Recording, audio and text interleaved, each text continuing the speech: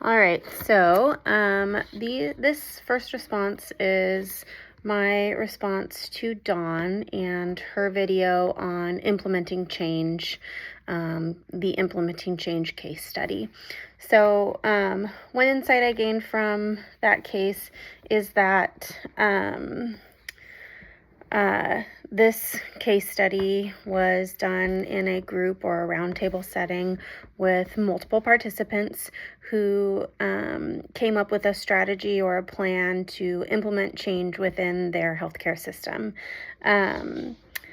I think that it compares to my case because that was a similar type of a meeting.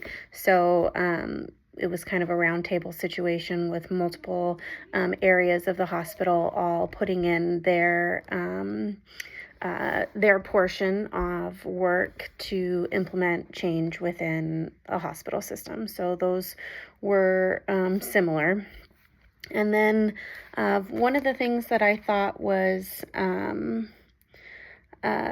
interesting in what Dawn said was that it was very relevant because I've worked in a situation where they want to implement change, but in order to implement that change, there wasn't a thorough discussion, a thorough meeting, any type of evidence-based practice done, and it was just a quick rollout of change without much policy implementation and lack of education for the nurses to implement the change. It was just a very short email that was, we're no longer doing this, now we're doing this. No real reason why. It was just kind of what the hospital wanted. And even though it wasn't like a huge change, because it was lacking so many components, it was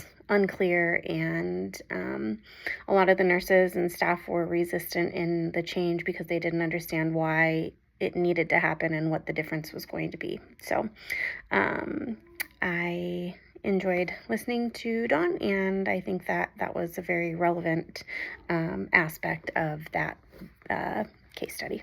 Thanks.